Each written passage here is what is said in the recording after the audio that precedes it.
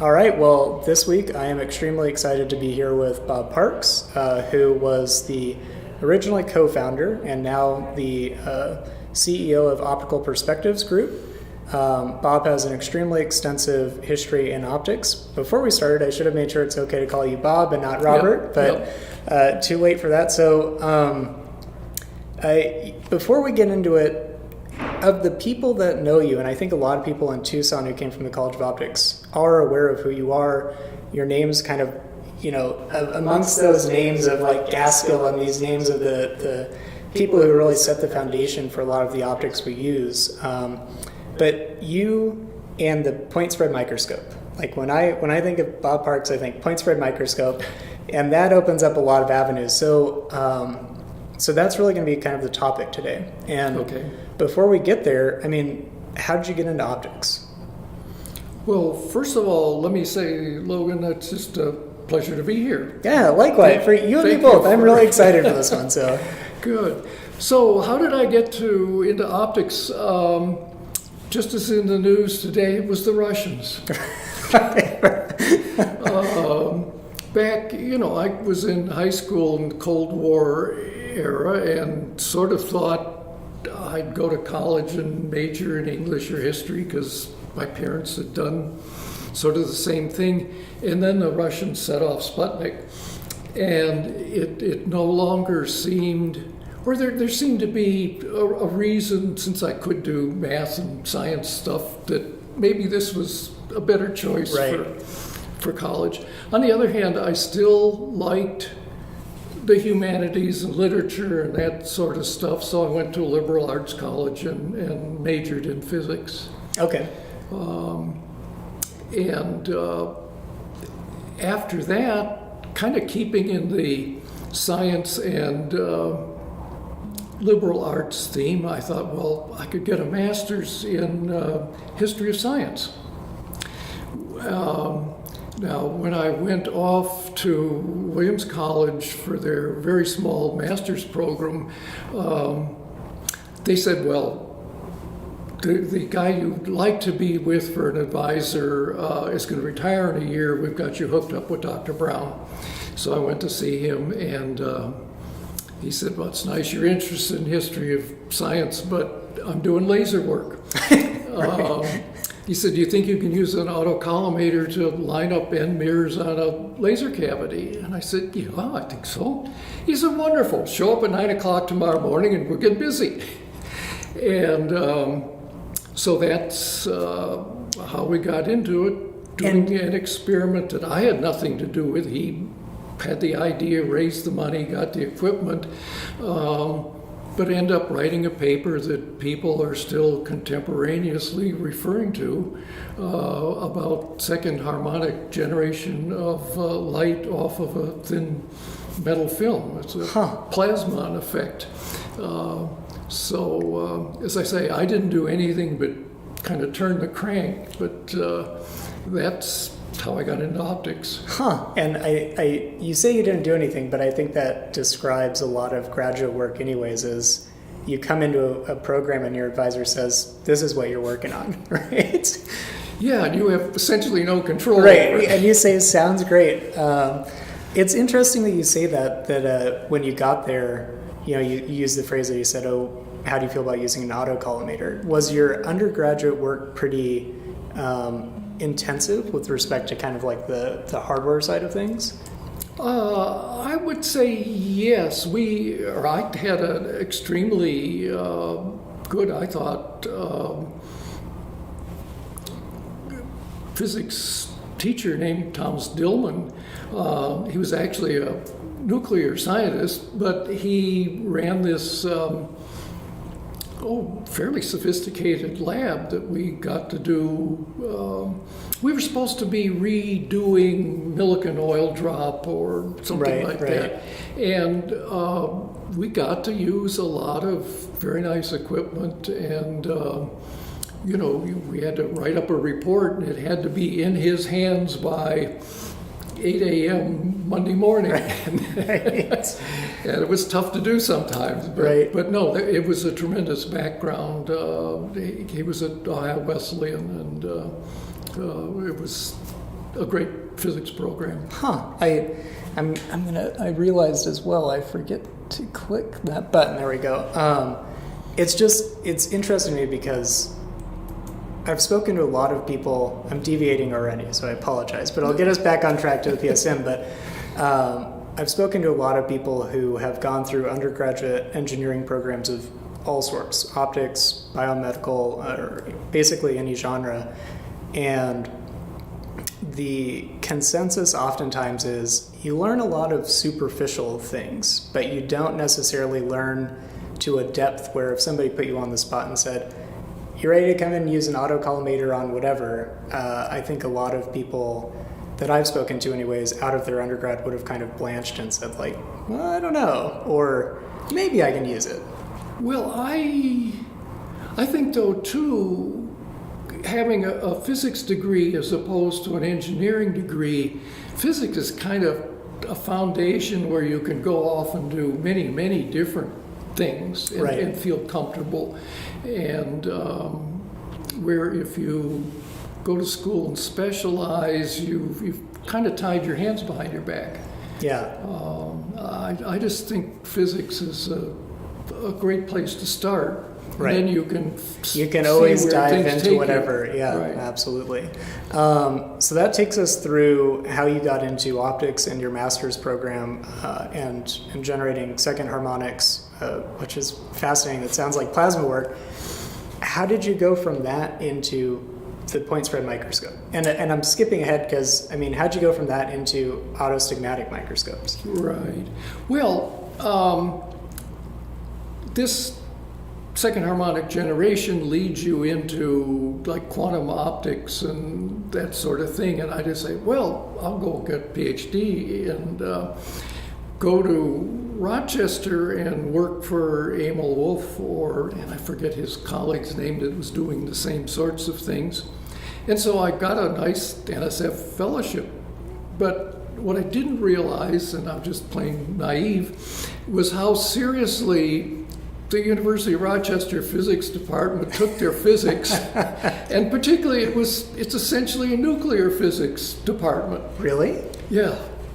And so after the first semester, I withdrew because I knew they were going to kick me out at the end of the second. The most notable thing about that's where I met Jim Wyant in the math physics class there. We weren't friends or anything, but we were aware of each other's presence. And we both agreed that I don't know what the woman's name was, but the smartest person in that math physics class was a woman who brought her baby to class in a basket. Wow. Yeah. Jeez, talk about dedication So I withdrew from U of R, and my wife, who already worked at Kodak, said, Bob, the draft board's going to get you. You're already 1A. I said, yeah, but I'm going to go apply, see if I can work at Kodak. She says, well, they don't hire people off the street. So I went and applied anyway, and the fact that I had some optics background, I was immediately hired. Right. And from there, they were doing some proprietary work, and so you had to get a certain level of clearance before they got you into the real job you wanted. And per the PSM question, the job was measuring the radius of curvature of long radius test plates. And what you're using is an autostigmatic microscope. It's an autocollimator with an objective on it. All right. And so I didn't realize at the time that's what I was using, but I could see it was doing the job it was supposed to do and did it well. And then went on to iTech from Kodak and used essentially the detector end of Point Source Microscope. It was a microscope looking at the image of some cameras, and we used a quad cell to see whether the image was centered. Mm-hmm. And we were measuring distortion. And the only reason for not doing it visible was one of the cameras was an IR camera, so you couldn't see the light. So to make all the cameras over the spectral range match, we use the quad cell for all of them. And can you, because I think even a lot of people in optics may not be familiar, but can you just describe what a quad cell is, kind of what the key operating principle is for it? Oh, the microscope or the PSM? The quad cell specifically. Oh, the quad cell, yeah. Yeah. It's just a silicon detector divided into 4 quadrants. And so if the light falls on one of the quadrants, you know you're decentered. You can see where you're off. And right. You want the spot to be equally illuminating all 4 Right. quadrants where they meet, like 4 Right, corners here, the state. So we did that, and that worked out well. And then I went to Frank Cook, who was ran an optics shop that specialized in prototype and hard-to-do optics. And one of the things they were making were hyperhemispherical domes, where the spec on the drawing said the centers of curvature of the 2 surfaces had to be within some couple thousandths of an inch. Right. And the guy who was sort of the metrology chief, guy named Ray Boyd, had worked at American Optical, where early work in fiber optics was done. And he could get fiber preforms, and he would draw them down to a very sharp point. You could put a microscope illuminator light at the bigger end of the fiber, and you got a point source. Point source, right. And he used cork and an eyepiece and jammed it all together, and had something where you could look at the center of curvature of this dome, and in 3 dimensions you had how concentric they were, and so that was neat. Right. Again, another little bit that fits in the piece. I want to stop people because I want to stop here just briefly because I think a lot of people, especially people that don't necessarily work in metrology, don't understand how much metrology. I've been in scenarios like that where you're saying, how do we measure this? Right? Like you have some problem with like, hey guys, we need to measure this thing. We need to measure the concentricity of these, pseudo-meniscus type shape. And sometimes you have to think like, what are we going to do? And you have to come up with a new approach. That's a fun area of optics for me because a lot of other areas, kind of like you said, it's engineering as opposed to, I guess this is engineering, but it's very innovative engineering to take this brand new approach and apply it to it. So, I just wanted to call that out because I think it's such a fascinating thing about optics and metrology. Well, you do have to think a little bit out of the box. You really have so many tools available in optics, but you don't always use them the way they were originally designed to be used. Right. But they still work. Yeah. Light goes right or left as far as well as right, and so you may have to think of things backwards. And even making the leap from they're 2 spheres, they have centers of curvature. If I pull on this fiber and illuminate it, it's pretty much a point. And I know making these leaps from the theory to a practical application is just a fun thing. Well, the other thing in optics, we were talking a little bit about how important optics is in general to metrology and just everyday life. If you tried to measure the concentricity of those 2 mechanically with gauges, that's tough. It will take you a lot of equipment and a lot of time to get the answer you want, where if you do it optically, it takes you practically no time with pretty trivial equipment. And you don't have to touch it. You don't have to there's not no risk, but low risk of damaging the surface. It's a lot of benefit. So, but I interrupted you. So you came up, you guys came up with this approach, and it sounds like the beginnings of the point spread microscope. Right, and then because I knew Source. some optical background, when the opportunity to run the shop here at Optical Sciences, or the College of Optical Sciences, I just jumped on the job to get interviewed or whatever. Because when I worked at Kodak, Aidan Meinl, who had started Optical Sciences, the people at Kodak thought he walked on water. And so when there was the opportunity to actually work there, I don't think I even asked my wife. I just said, we're moving. And Meinl was there at the time? Yes. Okay. Peter Franken, who again, another total coincidence, was a founder of Second Harmonic Light Generation, was director at the time, and he was the one that hired me.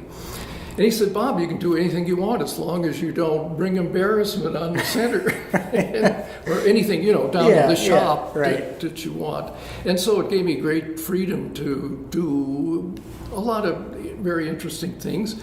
And the opticians would listen to me because I actually, from my experience with Frank Cook, knew how to polish and run a generator and all that. I mean, I had the math background, but also practical, I could talk their hands-on. jargon. I knew what was going to happen with getting scratches on surfaces and whatnot. So then we needed to make some optics where this thing I'd learned about at Frank Cook's would have come in useful, and we found an eyepiece, fiber optic eyepiece, that EG&G made that already had the fiber right in the eyepiece. And so we just buy it commercially, put it on the end of a microscope, and we had a way of feeding the light into the fiber or into the microscope, and then seeing in the eyepiece where the reflected light was. And that worked beautifully. Mm-hmm. And we thought we're all done until we tried to order another one day, and they said, sorry, we no longer make these. The guy that used to make them is retired, and that's it. Right. That's all you have to work with. So then, about that time, I wound down at the shop and started consulting, and we got a job where people needed to put, for a laser scanner lens, all these centers of curvature of lenses, concave spheres, toroidal lenses, all just in a straight line. And just looked like a perfect place for that thing. I mean, the call came to it. A guy wanted to know where he could get a big stage that he could put his lens bench on and be able to move it and do it accurately. And I said, I don't think well on my feet. Let me call you back in 15 minutes. And I thought about this and thinking of Newport or Aerotech and how much it was going to cost to put mounts together that were going to hold this 80-pound thing. And I thought, I said, but a Bridgeport milling machine, it's a great XYZ stage, right? Right. We'll put the great microscope precision in the chuck and put the lens bench on the table, and off we go. And so this was, and then we had to really build an electronic, and this is where I did this with Bill Kuhn at the very beginnings of Optical Perspectives, and we got a patent on this device. I mean, first of all, it took this company from an assembly thing that took them 2 weeks to something that could be done in 4 hours.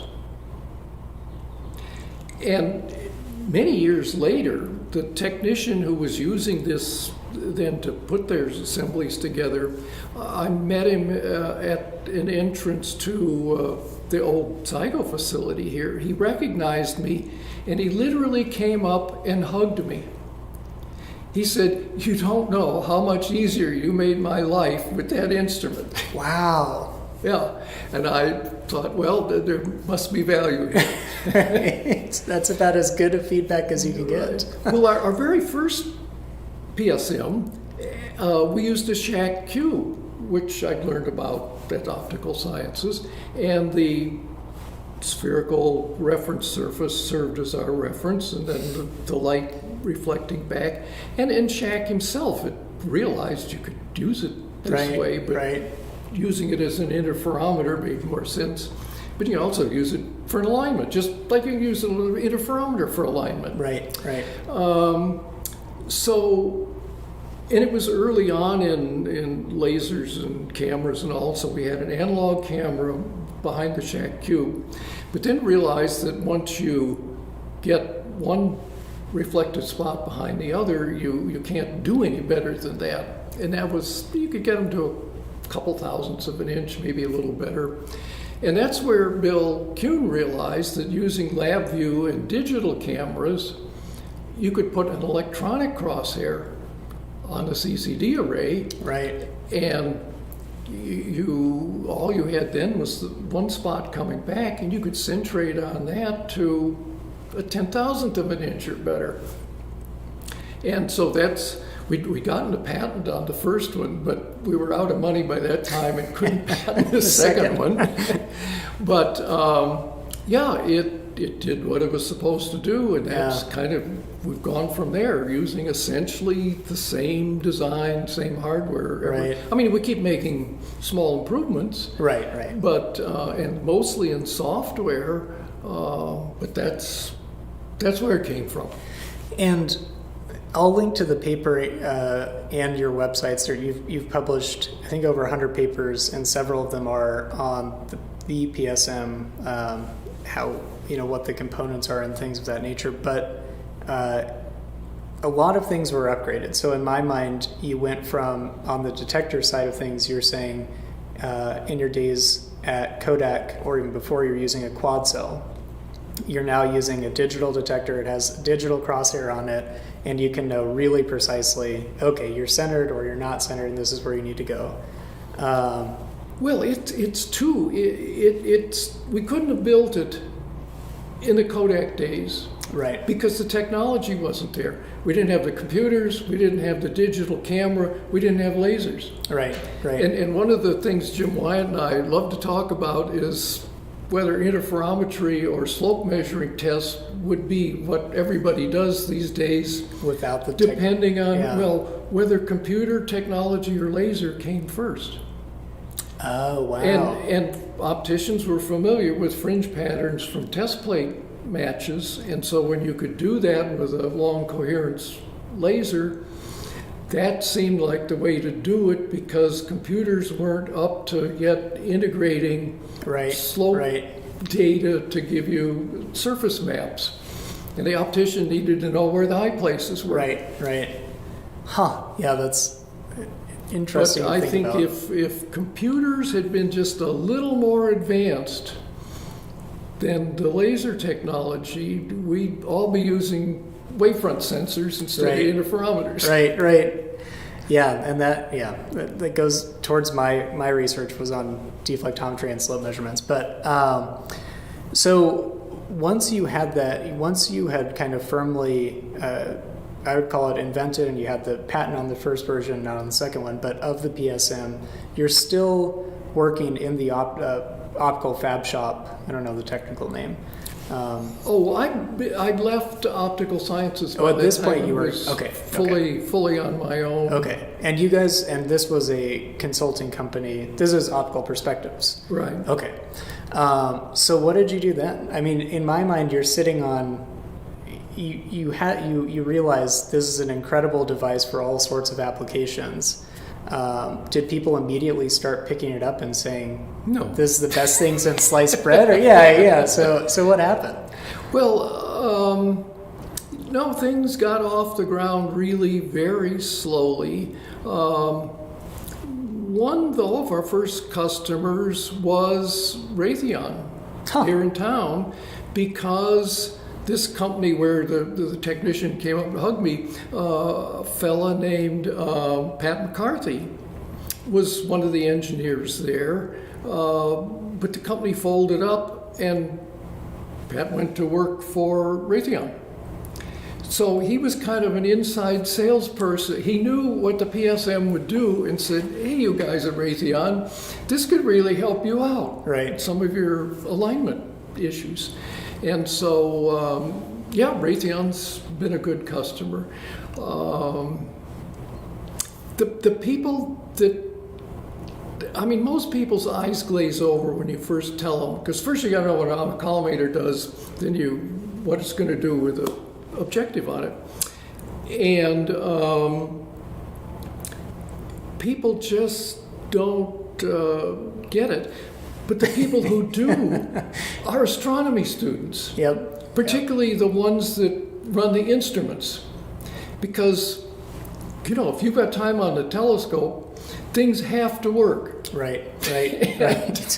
And they know how to make and understand. Yeah, things of that nature. Yeah. I want to get to several of the papers you sent me, and they all were audio. And yes, so what I wanted to jump into is we're going to talk about axicons as well, but I kind of took it for granted. Can you explain an autocollimator? Because you're right, that is a core principle when we're even talking about autostigmatic microscopes with PSM.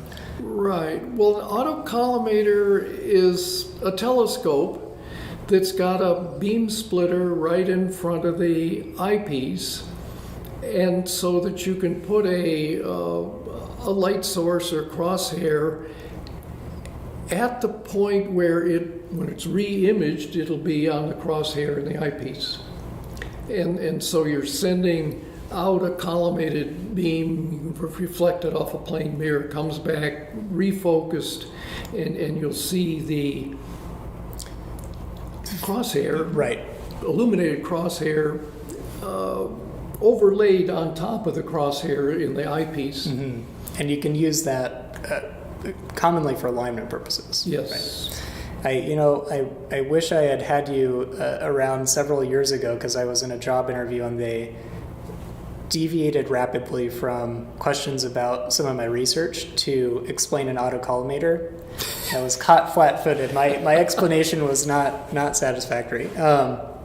Okay, so it's a very common device, very common especially for use in aligning things. And again, I kind of let this get away from me, but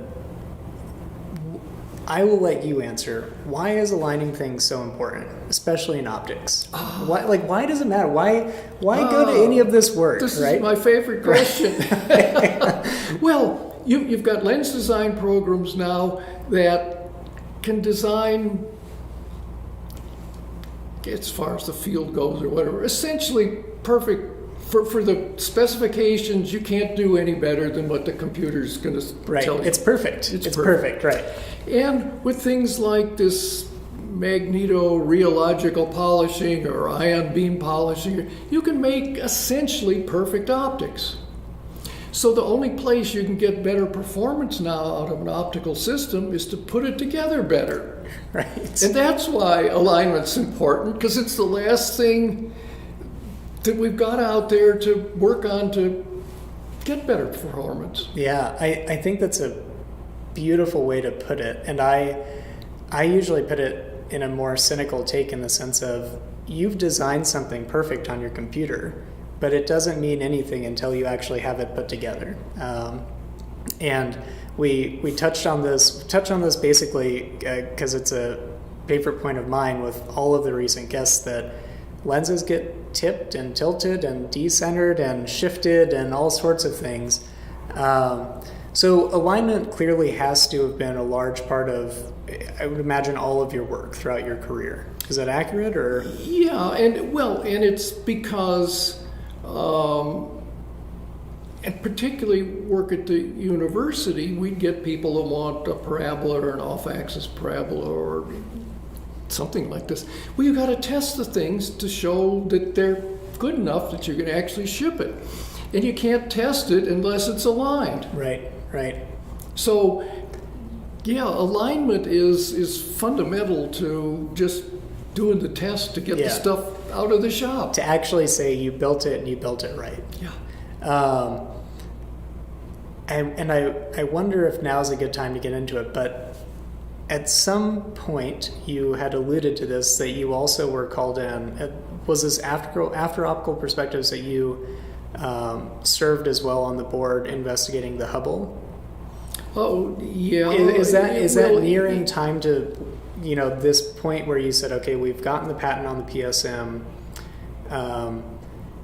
and you're saying, what are we going to do with the PSM? Was that near in this time, or is it a little further off? No, it was in that time. As I said, PSM wasn't selling. Right. You had your inside sales guy at Raytheon. Right. And we would sell, I don't know, for a year, maybe, if we were lucky, 6 a year, Right. maybe. So I needed other sources of income, so I kept consulting. Mm-hmm. And when the Hubble error was discovered, NASA had backup plans in case this happened, and they had a plan to bring together a committee of people, and General Lou Allen, who was director at JPL, was head of the board, and he had 6 people, experts, that were supposed to come to a conclusion on this. And from the university, Bob Shannon was one of them, Roger Angel was another. Huh. And the third person I knew on the committee was Chuck Spoolhoff, who'd been my boss's boss at Kodak. Oh, wow. And I knew, I think, one of the NASA people somehow. But anyway, when they had their first meeting, they realized they were going to need somebody just to kind of turn the crank and get them the information they needed. And Bob Shannon suggested my name to the committee, and I was hired to do this and spend time at Hughes Danbury to, the committee would say, we need to know this, we need to know that, and it was my job to get the information for them. And we were working hard to get all this stuff, and it was maybe the third meeting, General Allen said, this can't go on forever, we got to write a report. I want you to take this chapter, Bob Shannon, about the design. I want you, NASA guy, to talk about quality assurance. And when he was all done, he wheeled around in his chair and looked at me, who was kind of in the audience because I wasn't really on the board, and said, Bob, why don't you do the chapter on the mechanism by which the fault happened? Well, we'd been working hard, but we had no idea at that time. And I thought, oh my God.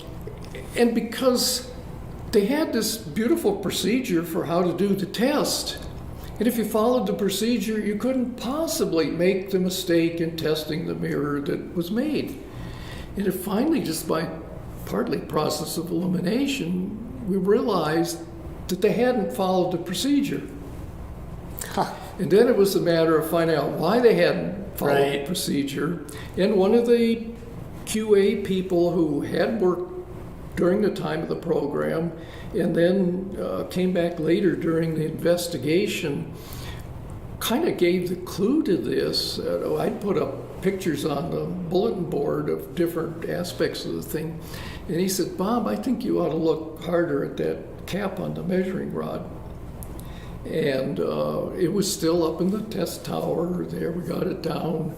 We measured measuring rods too. I mean, one of the things that was kind of scary in all this was one of the measuring rods had this clamp in the center of it, but we didn't know what or why. Why it's and there. It was X-rayed, and the gap in the center of the thing was just about unbelievable. the distance of the air. On the other hand, the rod measured the right length.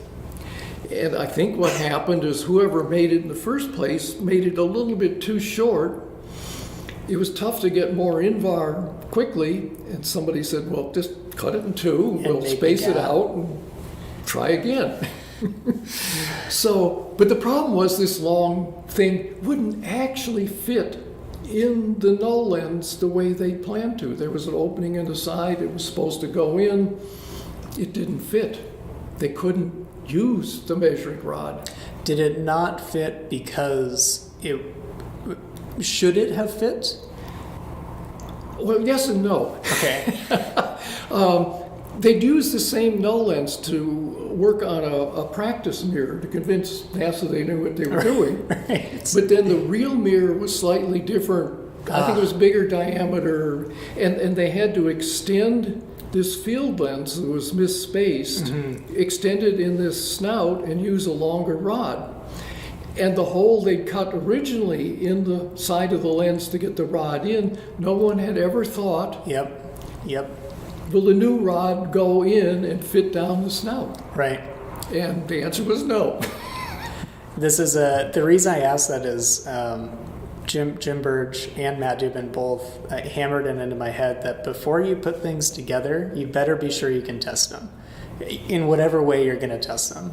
But anyways. Yeah. Well, at Frank Cook's, he talked about just making cardboard templates of big pieces of glass to make sure when you put them on the blanchard, they didn't hit the guards. Or, do the simplest thing possible to see that on a first order basis, things work. Right. Because for people that haven't put optics together, once you get everything in there, it sure is hard to try to tease it apart, to say, oops, I need to test or realign some lens in the middle of these things. How can I get there? Or a lens gets jammed in a cell, putting it initially. Yep. It's tough to get back out. Right. And it tends to be the case that we end up making correctors for the system as opposed to trying to readjust the system, to allude to how hard it is. So at this point in my mind, I mean, you obviously have a prestigious career. You're part of, the Hubble committee. You're doing consulting, and you're selling 4 to 6 PSMs per year. And that's the part that's just mind blowing to me, because once you use a PSM, to me, anyways, it was like, this is it. Like, this is it. This is what you need. And I just can't get over the 4 to 6 thing. So do sales pick up at any point, or? Well, the PSM sells itself to people who understand what it'll do. Right. There are very few people that actually understand what it'll do. And so selling is strictly a matter of educating people. Mm-hmm. And what I love about it is people will come up at a trade show and say, will it do so-and-so? And I'll have to say, I never thought of that. Let's see. Yeah, we'll find out. I mean, one of them was these SMRs that they use with a laser tracker. Yep. It's a corner cube in a sphere.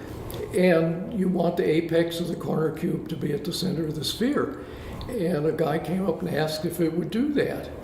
Well, I knew about testing corner cubes with an interferometer and stuff like that, but I'd never thought about what happens when you actually focus at the apex. Well, the first place the apex is damaged, or you can't have a perfect focus at the apex, so you've got to move aside. But the reflection is just as though you would focus at the center of a spherical ball. Mm-hmm. It behaves exactly the same way. And so now if you've got the ball that the corner cube's in a kinematic mount, and tip it, and if that spot moves, you know that the apex of the corner cube isn't.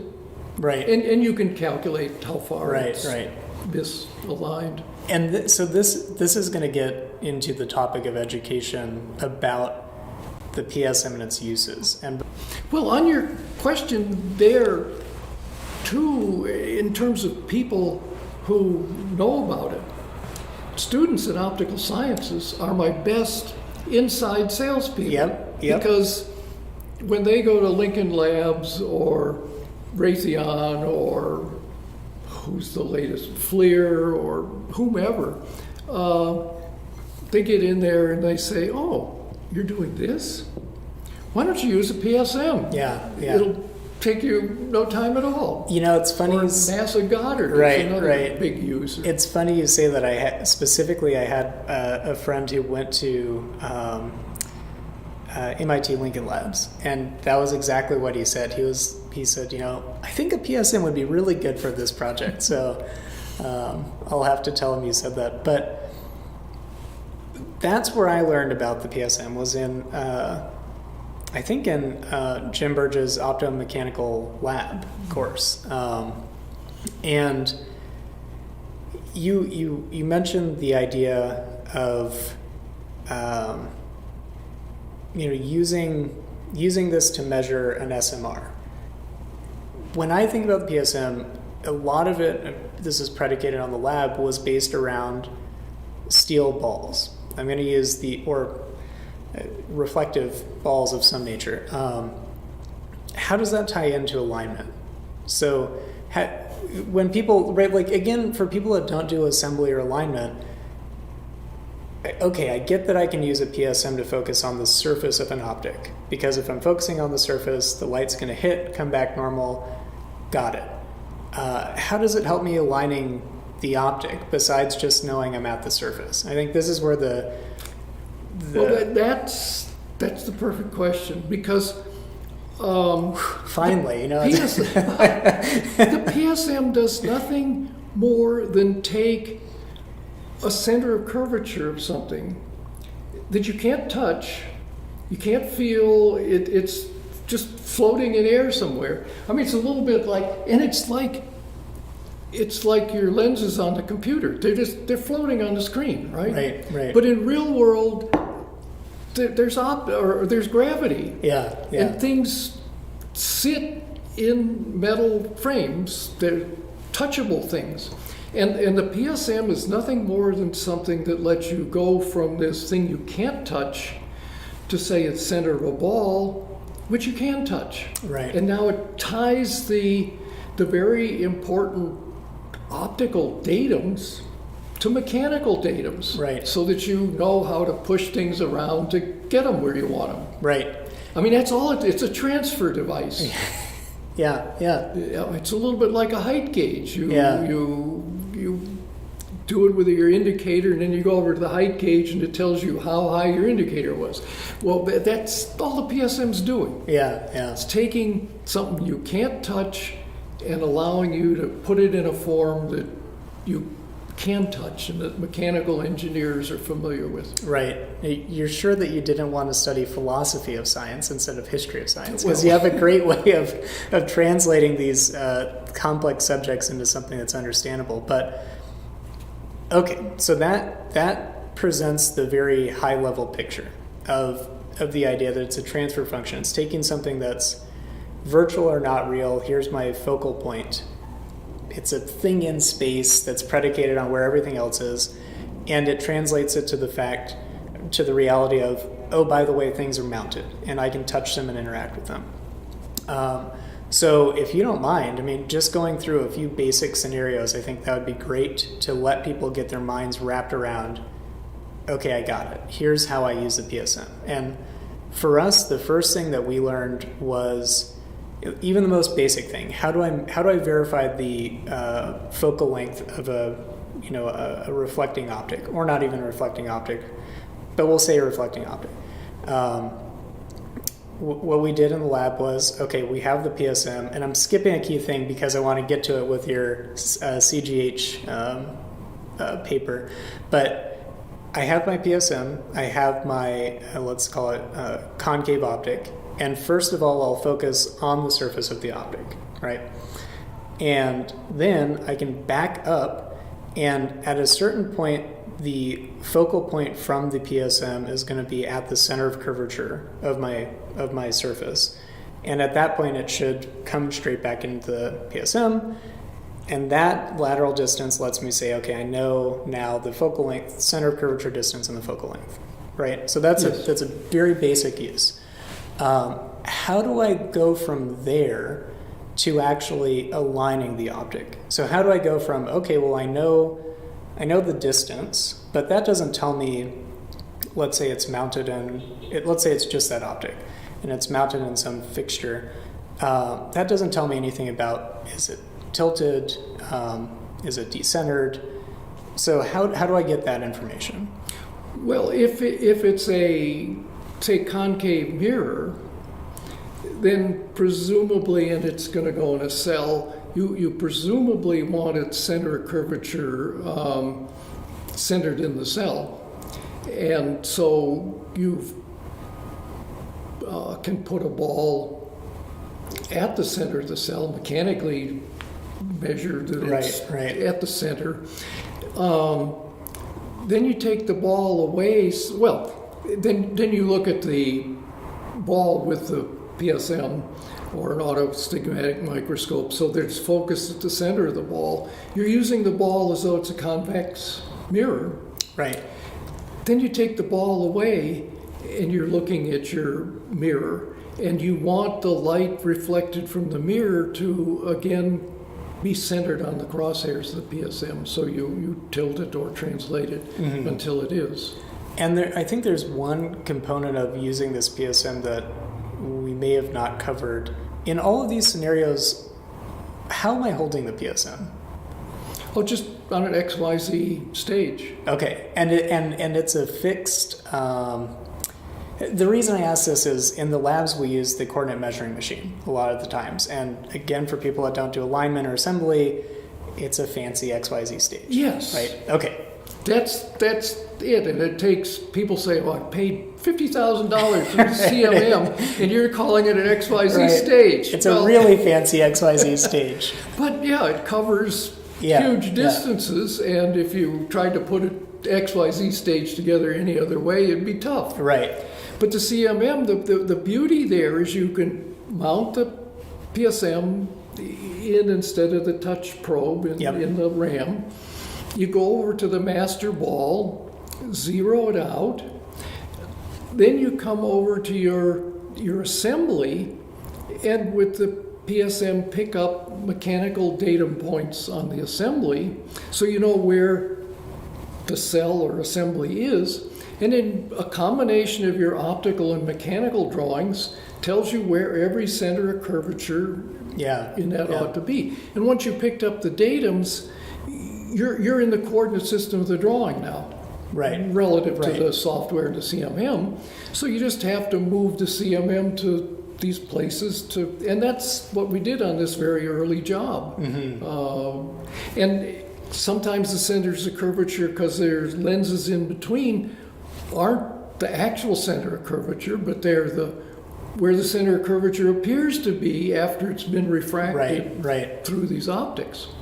The other thing is, people say, I can't see the whole aperture. You don't need to, because alignment is paraxial. And okay, you're going to have to explain that one, because it's not intuitive at all. Or it is intuitive, and then, at least in my case, you convince yourself after learning about aberration theory, it must be more complicated. And then you go back to, no, it is paraxial, so... Well, if you've got a quarter wave sphere, all right, but it's fast F number, right? Right. But do you believe if you look at this little portion of it, it's any less quarter wave than this portion? Right. I mean, if you've looked a little bit, you kind of know what the whole thing looks like. Right, in terms of rigid body alignment, and not this is clearly a different subject, but not surface figure area. Yeah, if you're not looking for aberrations. On the other hand, PSM was a great star tester. If you've clamped your mirror too tightly, you'll see that what should have been a spot, you'll see spikes on it. Right. You know instantly that something's not right. Yeah, because you're sending that, an approximation of that ideal point, and it's going through your transfer function, your lens or optic, whatever the case may be. And if you don't get something back that you expect, that diffracted image, then something's wrong. So before we get to the papers, how do you... And maybe actually this is the right time to bring up papers. So the first thing is, okay, I'm going to align some system, whether it be just a single lens in a module or maybe multiple lenses in a full assembly or subassembly. And we've stated the PSM's on an XY stage, and maybe it's on a really fancy XY stage, but nonetheless, that's what it is. What happens if my XY stage is... How do I know how accurate it is? Maybe I paid $50,000 and they tell me it's good to 1 nanometer XYZ. How do I know? And you sent a paper about this, which is really what I want to talk about. Well, this is where the Bessel beams come in.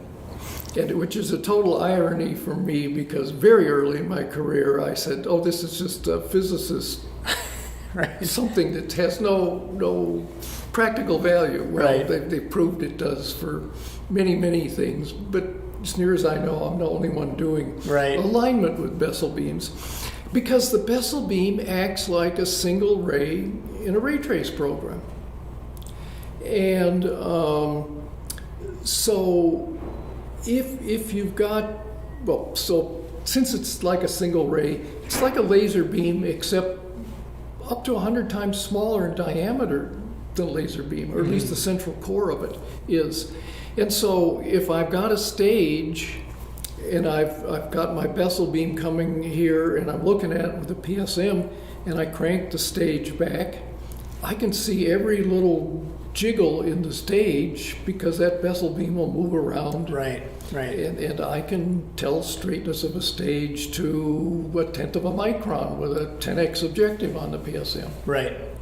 But the other thing you do then, if you project a Bessel beam through a lens, say the lens isn't there to begin with, but you've got the PSM one way or another.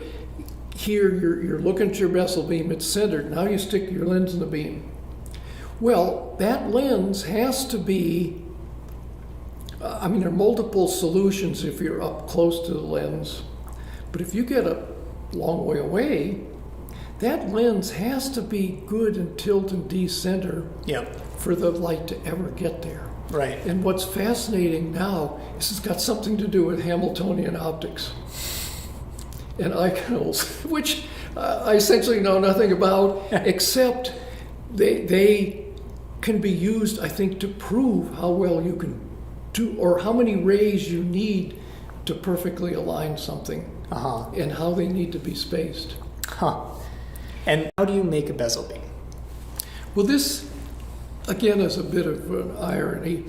When I was at Kodak, an emeritus employee named John McLeod was there and told us things about kinematics, but it's John McLeod invented the Axicon. Really? Yeah. Wow. And in his second paper, which I believe was published in 1960, he said this thing works great for creating beams which you can align things with. He didn't call them Bessel beams because I don't think he knew what they were. Right. He just knew he had a beam that he could align things with. And he said this would really work even better if I had a brighter light source. And this was the year the helium neon laser was invented. Wow. So the traditional, well then it was like 1984 or 86 or something when Dernan and all at University of Rochester first published their paper about Bessel beams. And they made them by shining a collimated beam onto a circular aperture. And you need a lens in there too, but then that puts the light and makes a beam that you can describe with a Bessel function. It's very light inefficient because you're only using this narrow band, but it produces a Bessel beam. It works nonetheless. Yeah. Very shortly after that, I believe they were Finnish people, said, oh yeah, but you can do the same thing with a grating. A grating of equally spaced concentric circles produced exactly the same thing. And with McLeod, you can do it with this cone-shaped lens. Right. All create Bessel beams. Most people assume you illuminate your grating or Axicon with a collimated wavefront. And if you do, this gives you a finite extent of your Bessel beam. Yep. If you illuminate it with a point source, the beam, if your grating's big enough, and it doesn't have to be very big, will go to infinity. Now it gets dimmer and dimmer, but you have fall off. Essentially, the beam goes on forever. I've measured 30 feet. You can still see it. Wow. And yet it behaves like a single ray and ray trace program.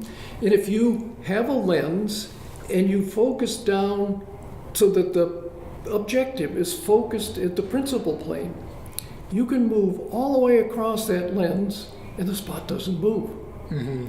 You get a little bit above or below, the spot moves this way or this way. Right. But you can focus on, or measure where the principal plane is to a micron or two. Again, these fully virtual, non-physically real things that Right. But then you can back the microscope up to the surface and get a cat's eye reflection here and know exactly how far the principal plane is from that surface. Huh. And so you mentioned it with the Finnish group, suggested, look, if we print concentric rings on something, then we can generate a bezel beam. That's what you use in this paper, and you refer to it that if you can print this pattern onto a hologram, or I'm just going to call it computer-generated holograms from here on out, I'll use it, then first of all, it's roughly flat, right? Yes, it's perfect. Well, they use photomass substrate, so right. It's Yeah, really flat. I should not say roughly. It's flat for all intents and purposes. It's flat. And they write it with E-beam, so the circles are as perfect. good as you can make. Everything's perfect. Again, for all intents and purposes. Why is that important? Why is it important that I get the pattern being perfect makes sense. I want to have a good ideal bezel beam. Why does it being flat matter? Well, you now have a flat, which gives you 2 degrees of freedom, but it's got an axis. So your flat defines 4 degrees of freedom. Yeah, that just blew me away when I was reading the paper. That blew me away. Yeah. I mean, in one sense, it defines 5 since it's physically located. You know where it is. So the only one not defined is going to be rotation about the center. Why is this important? I mean, I'm getting jazzed about this, and I'm saying, oh my goodness, you have 5 degrees of freedom defined. It's a flat with a perfect bezel beam generator, and I know that I can use this with a PSM, but why? What does this give me that everything else we described doesn't? Well, for one, you can put a lens on a stage up above, and I'm just doing it this way because that's the way my hardware is configured. With a lens up above your grating, you got light coming in from below, and move the lens through the beam, and you get a finite distance above, and you can track where the light's coming through. Mm-hmm. You can go to a second plane, track again. So now you know the position and angle of rays coming through the lens as you scan across the aperture. Well, who needs to do that for a plano convex lens, right? Right. But your cell phone's got these weirdo A-spheres in it. Right. And they typically are measured with a Panasonic something or other machine that damages the lens and takes a reasonably finite amount of time, and you've got to measure both sides. Mm-hmm. This allows you to do an optical test in 2 ways. I mean, it's a slope measuring test, granted. Right. But you tell in transmission, is this lens per prescription or not? Right. And do it in a fraction of the time that you can do it mechanically. And that's the other point about optics. Everything's serial. I mean, everything's parallel as opposed to doing mechanical measurements. Mechanical, you do 1 point at a time. Right. Optics, you've got 1 million pixels in your camera, right? You're doing everything parallel processing. Right. So that the process is fundamentally almost infinitely more higher throughput or faster. Yes. And that was a big thing. That was a big thing in some of our deflectometry work, was to suggest we can measure these things a lot faster than if we're physically trying to touch it, especially when we're measuring very rough infrared measurements of the grinding phase of a telescope mirror. Is the usage of bezel beams with the PSM only practical in transmission? No. It's a leading question, so sorry. I should have just skipped ahead and said, tell me how it's useful in reflection. Well, it's interesting. You got to build some more complicated hardware in that you've got to get the bezel beam in front of the microscope or PSM. Right. But I mean, that's the other thing that isn't obvious. Using the bezel beam in all your classical optics, you think of things coming to focus and into conjugates. Bezel beams just keep going. Right. And in fact, this has come back to the Hamiltonian business. The ray you trace with Hamiltonians, you don't want it to go through a conjugate point. Right. You specifically don't want it to do that. And this is why I think for alignment, if you can use the Hamiltonians, you can say, okay, if I've put a ray into a lens at this angle at this point, the lens has to be centered if it comes out at this point. Right. And you've done it with one ray. Yeah. You know everything you've got to know the lens design of the lens, but one ray. The other thing, beauty, and we got back to the photomask and stuff. If you put two bezel beams on a photomask, a specific distance apart, you've now defined two rays a specific distance apart that are exactly parallel to each other. So if you're trying to line up a stereo zoom microscope or something like that, it's the perfect template to use for alignment. And this gets into this riffs nicely off of the fact that I spoke with Shelby over at AOM, Arizona Optical Metrology, and so this helps to give application to the CGHs that they fabricate. And they're the ones that were making. Sure, right. And there's two last things I guess I want to cover before I shift a little bit to the final questions. But one of them that again it blew me away was. And I'll put all these papers up with the podcast episode, but when we're talking about it, you said, okay, I can illuminate this bezel beam generating CGH with a point source, and that gives me approximately or practically infinite bezel beam. And the PSM, great. I have my point source effectively to illuminate it, but I don't have to use that, right? And in the paper, you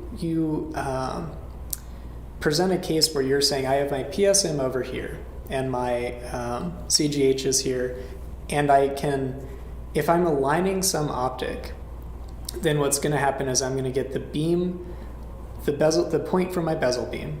If I was only aligning it, I should say with the PSM. And I'm going to get, let's say, the reflected light from the surface of my optic. And a problem is that the light that's coming from the CGH is going to be much less intense. And so you say, just illuminate it from the backside. Just put something on the other side of the CGH and generate your bezel beam that way and get everything aligned.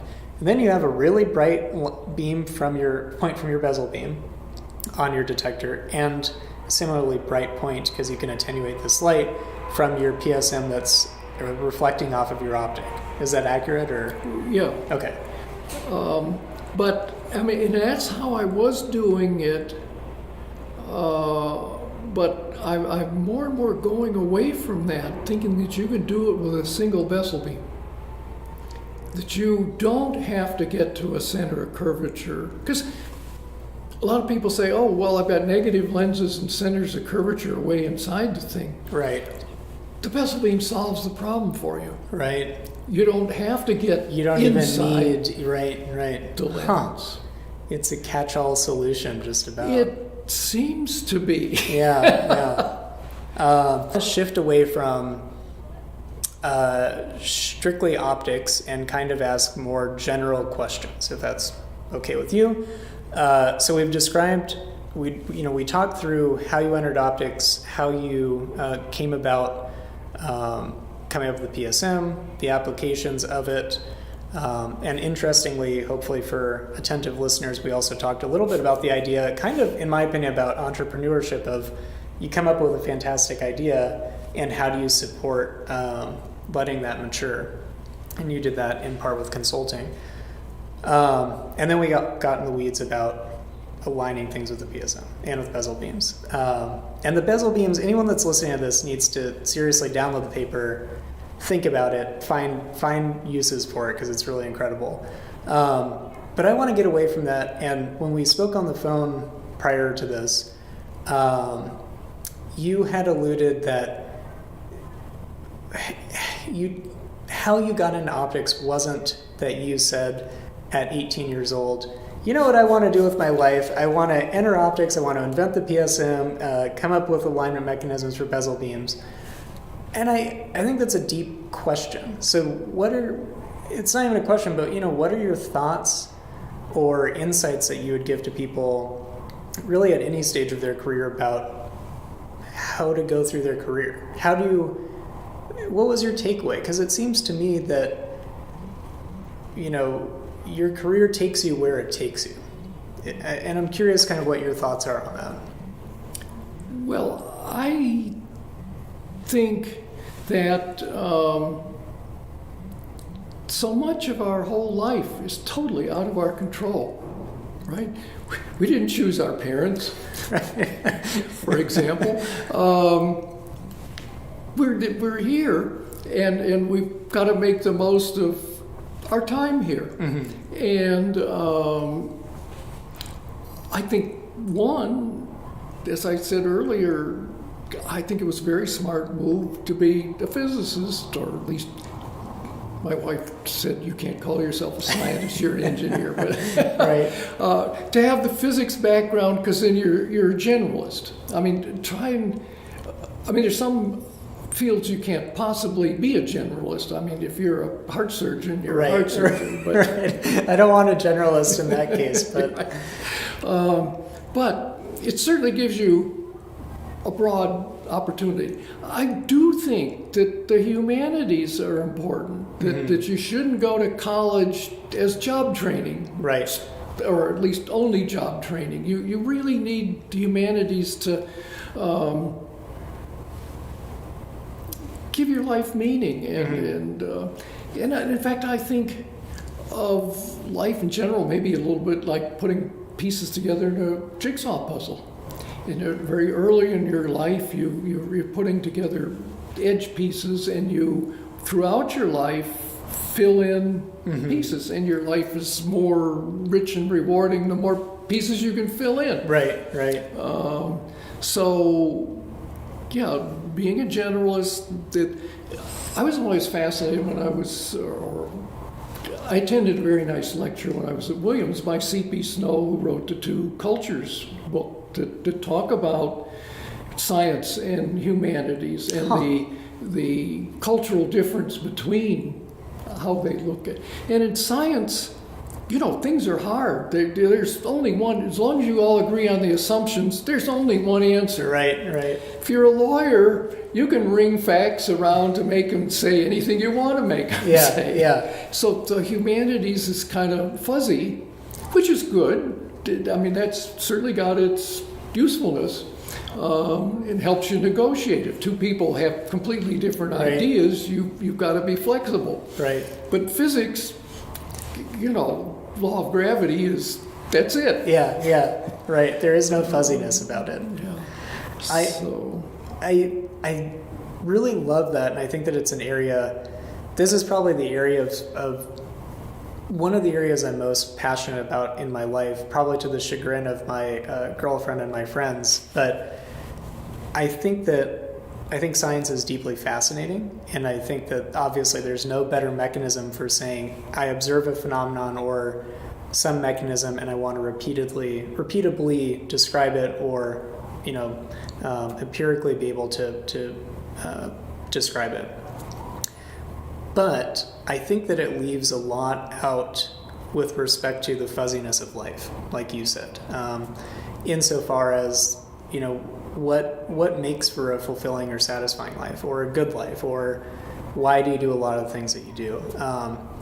And it's a pet peeve of mine that so much of college seems to have been, or higher education generally, seems to have shifted more towards this value for just do something that gives you good skills, and kind of away from the humanities. And there's a science fiction book that I really love called Mechanical for Leibowitz that touches on this idea, and it paints it in a very extreme way because it was written, I think, during the Cold War. But it paints it between the idea of strictly pursuing science versus they use, monastic monks, and kind of the tension between technological evolution and should we be doing things, or not even should we be, but why? Like, why are you pursuing some things at the expense of not pursuing others? Which is now getting ambiguous, but it just struck me, your statement on the phone even, of you don't know exactly where you're going to go, but I like that sentiment that you should really try to make the most of it. And I particularly like the sentiment, it's worthwhile to pursue the humanities or fields outside strictly of science, just because I think it makes life better and more fulfilling. Well, the other thing I think is creative people in science, they are just as much an artist as a painter or a sculptor, right? And part of the reason I'm still working is I really enjoy what I'm doing. Right. It's just really nice to go home in the evening and say, I made that. Yeah. I can see value in what I've done at the end of the day, and Right. I'd like to keep adding value if I can. And, my work, I kind of jokingly say I've got a self-funded research lab. I mean, I do plow the money I make from selling PSMs back into exploring. Yeah. Another problem that the other thing that happens with retirement and working, when you're working, your boss expects you to turn out results, right? And you don't have time to write papers or something you did while you were working. You say, I wonder what would happen if, but I can't explore that now.